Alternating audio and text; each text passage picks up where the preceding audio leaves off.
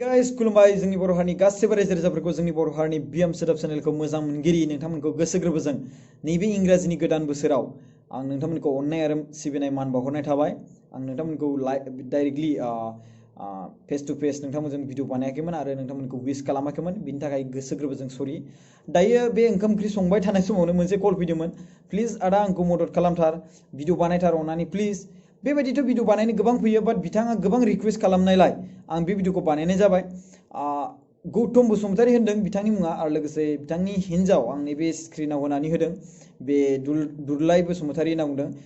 बिथांमोना सनितपुर डिस्ट्रिक्टनि सिङाव थानाय दिकेजुलिनि होनना बुंदों, दिकेजुलिनि पस्ट अफिस मिजिंजुलि होनना बुंदों, गामिखौ होनदों जैमापुरी। स' बे जायगानिफ्राय मैया थांनाय 8थासो मोनाबिलिनि 8थासोनिफ्रायनो हरावथ' गैखाया दिनै सानावबो गैया। दा बेखौ लानानै गोबां टेनसन नैबे गौतम बसुमतारीया।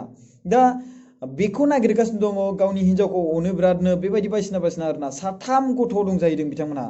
दा बेबायदि गोमानाय थासारिया, सोरबा हिन्जाव गोमानाय, सोरबा हौवा गोमानाय, सोरबा खारनाय, बेबायदि थासारिया गोबां जागासिनो दं, रायजो राजाफोर जाफ्लेगासिनो दं। आरो आं बिनि सोमोन्दै गोबां बाथ्राबो बुंगासिनो दङ। बेफोरबायदि जानो नाङा, आरो हौवाया हिन्जावखौ रेसपेक्ट खालामनो सोलों आरो हिन्जावा हौवाखौ रेसपेक्ट खालामनो सोलों।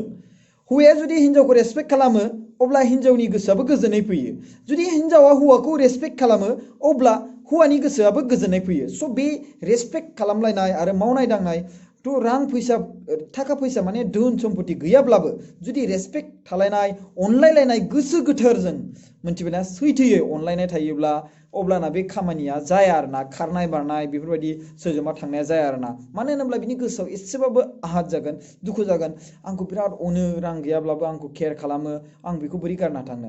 आरो बेबायदि समावबो खायसे मानसिया गोबां मोजां अनो, रां रुफा होयो आरो बिराद गोसो गोरबोजों अनो अब्लाबो खारो।